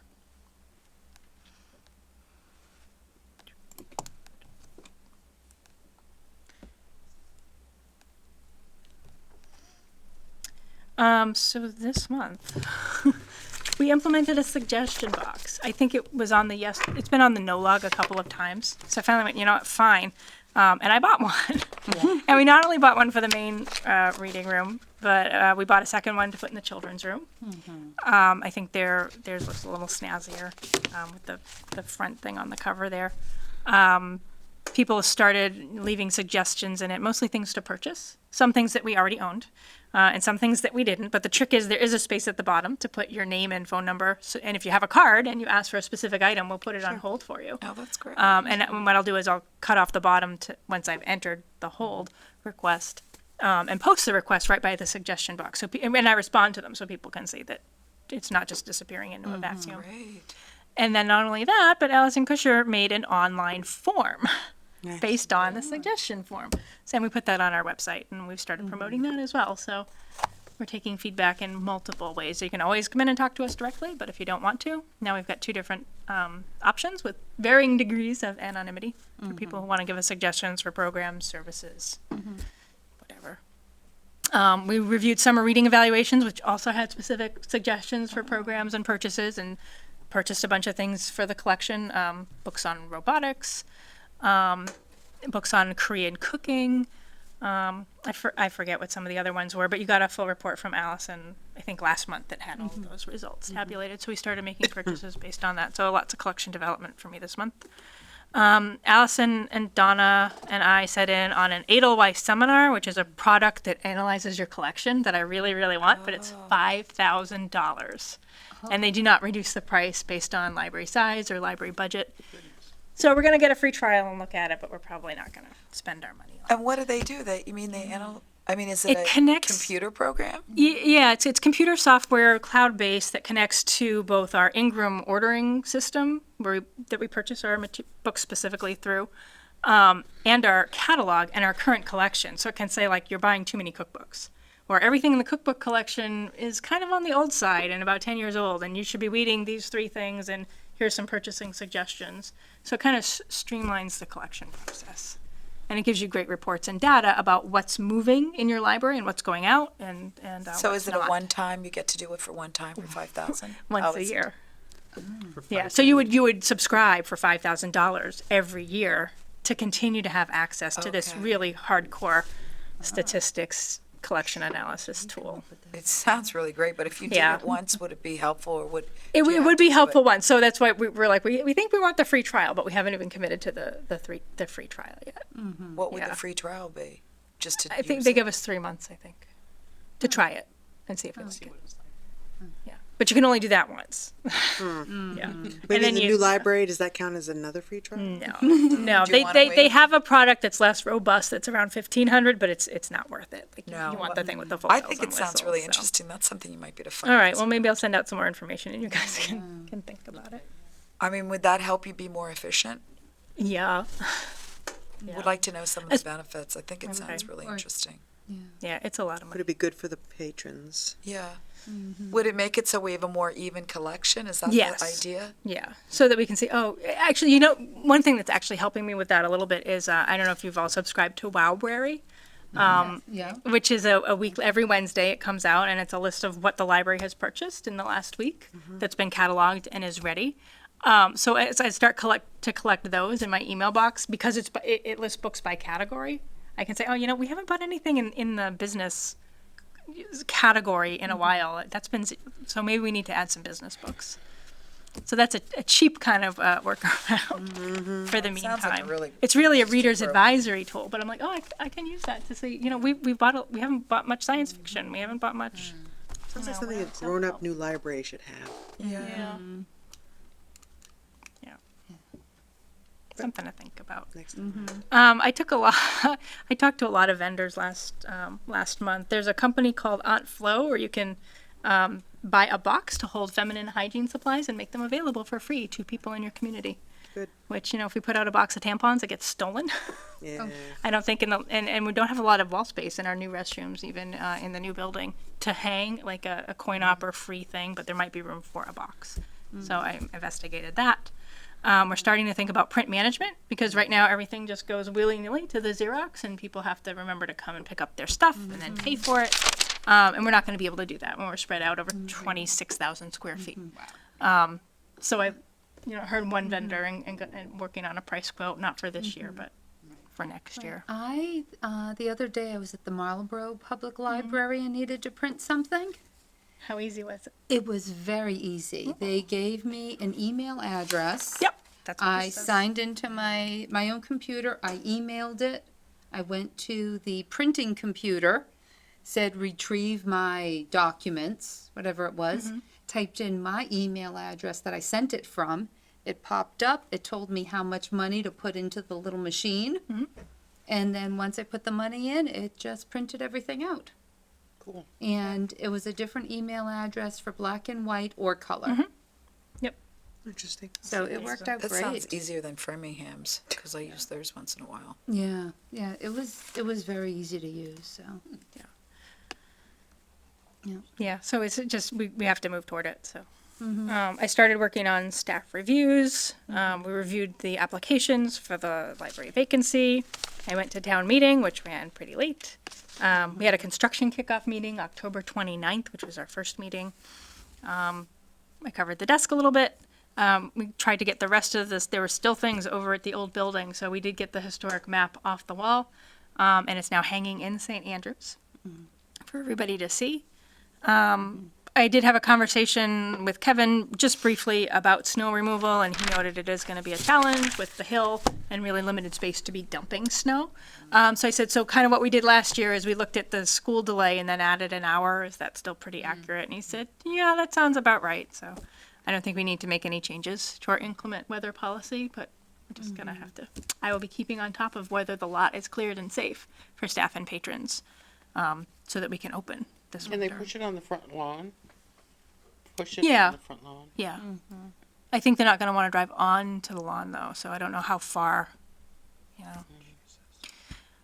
And then on the property that's next to us. And I did ask if they would make sure that that sort of gravelly area where the staff park down at the bottom of the lot will get cleared out even though it's not paved. Because otherwise we'll have half this parking lot filled with staff cars, and it won't matter that we're open to the public, no one will be able to come and park. But we're not gonna be able to park at Truck Stop or at Truth and walk when there's no sidewalks Right. and there's snow and ice and dark, to get to work. So that's coming. I drafted the FY 21 budget and sent it out, and then we planned the groundbreaking. So it was a super, super busy month. There's lots of pictures of kids looking cute and adorable.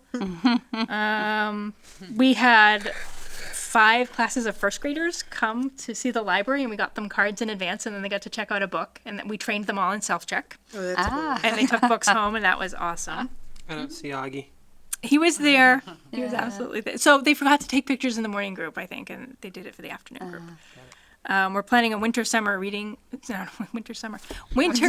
program that is Harry Potter themed with activities and opportunities to earn badges. Nice. Did that fully load? Adult services. We did a diamond painting program, which is what that little cat picture is. It's just a representation. We didn't make that cat picture, but an adult was parked attending the program was parked in the striped space next to the handicap space, so I had to go into the program and figure out whose car it was. And as they were walking out, she did apologize. She was very happy to move her car, but she said, you need to do more of this stuff for adults. Like everything that you do for teenagers, you need to do it for adults. And the program was full and had a waiting list. Oh, wow. So that was really Wow. great feedback. Yes, I do. Yeah. This is Wowberry. So I was saying, if you look over to that left menu, you can see how many books in each category we bought. We added 1,000 items. And, I like that. Wow. Can we get that? October. Yeah. Should we sign? We can sign up for Yeah. Yeah. So do it everybody every should have week. got like the Yeah. first edition. So we unfortunately launched it right before Donna left for vacation. She's the one who does the acquisitions and cataloging for us. So the first 3 weeks that we had Wowberry, people were getting emails saying no new items this week. So I'm sure you were signed up and unsubscribed. Like, what the hell is this? Yeah. No, I didn't know. But you can go to the front page of our website. You can Oh, sign wow. up again. Well, that's terrific. Yeah, and it's much Great more idea. attractive like it, than just going to the from the catalog too. There's a very small link that says new books, and you can look that's there. great. The benefit of this is there's a borrow button right there, so you can just request it right away, Cool. which is really nice. We had positive we had both. We missed the ghouls on the common, and we love the ghouls where they're here at the new building. They're horribly scary and also wonderful. People love board games. They're excited that we were the only building with Country Woman. Somebody talked about. I don't go to your book group, but I always read all of the books. Lots of nice compliments. We had requests for 2 materials that we couldn't get. We have this no log. Free Trip to Egypt is a documentary that came out in May that is not for sale anywhere in DVD format. So I don't know if it's streaming only, if it's because it's foreign, it's just hard to get. We'll eventually purchase it and get it for the collection, but it's not often that we say, no, we really can't get it. And then there's this whole thing going on with libraries and various publishers embargoing physical materials I saw as that. well as their audio materials, and we're sending angry letters and signing petitions and trying to get things to change. But as of November 1st, Macmillan Press in particular, so they won't sell to libraries until at least 2 weeks after the item has been out, which means if you want it, you have to wait, or you have to go to the Oh, bookstore and buy it if you have, no delayed gratification, like me. So yeah, we're gonna buy Gutsy Women, but we couldn't get it when the patron asked for it. And I'm trying to be more timely, in particular, with getting nonfiction the week it comes out. Thank you for fighting that. Yes. Yeah, thanks. And you can too. Like you'll see them come across Facebook. Signs Blackstone Audio is one. They're doing it with digital audio, so we can't buy Trying to new make money, audio, or that's you the can only buy one copy for your system. Yeah. Yes, log. Yes, we have a bus schedule, but no, we don't know if you can park your car overnight at the bus stop. Yes, we have a copier, and yes, we have Grafton News issues from 58 and 59. Wow. Yeah. Okay. Abrupt ending. I do want to do a quick plug for Shop Grafton, which is a local shop local campaign that's specific to Grafton. There's a few lying around because our economic development guy, John, came and talked at the Board of Selectmen meeting last night, I think. So Shop Grafton MA has a list of all the participating businesses, and the idea is between now and the end of December 24th, you carry this card around in your wallet, you get a stamp. Once you get 10 stamps, you can come and enter it into a raffle, and you can win a Nintendo Switch, an Apple Watch, or a Fitbit. So we have cards at the library. There's cards at all of the businesses. There may be some out in the economic developments counter as you go out tonight. And please shop local. Someday I hope our friends, when we have our new building, our friends will sort of have more of a shop area, even if it's through a vending device. As well as their book sales, where they will get their name in here too and be able to participate. But where they don't really have a shop, doesn't really count. And we're not able to, I mean, we can't sell anything. So we're just promoting it for the town. Cool. So please participate in that. If you have any questions, that was rapid fire because I say it's almost 9 o'clock.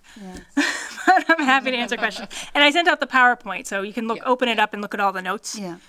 Because I only covered a little bit of all those details. 1958, 59, huh? I know. So in the budget, I feel like I don't really need to talk about the FY21 budget, except to say I mostly asked for staff because right now we need staff, and I can't imagine what's going to happen. We have 5 desks instead of 3 to cover in our new building.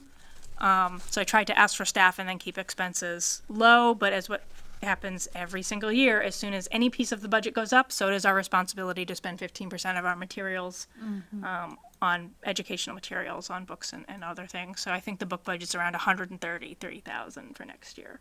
And it was 120 this year.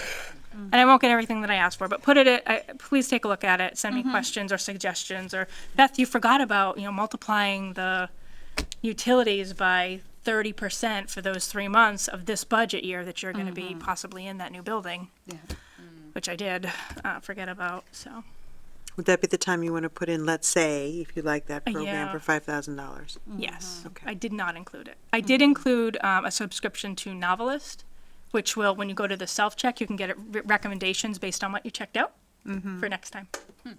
I think that would be, again, like it, automated library of the future. You want AI? Yep. That's AI, and a good investment. point.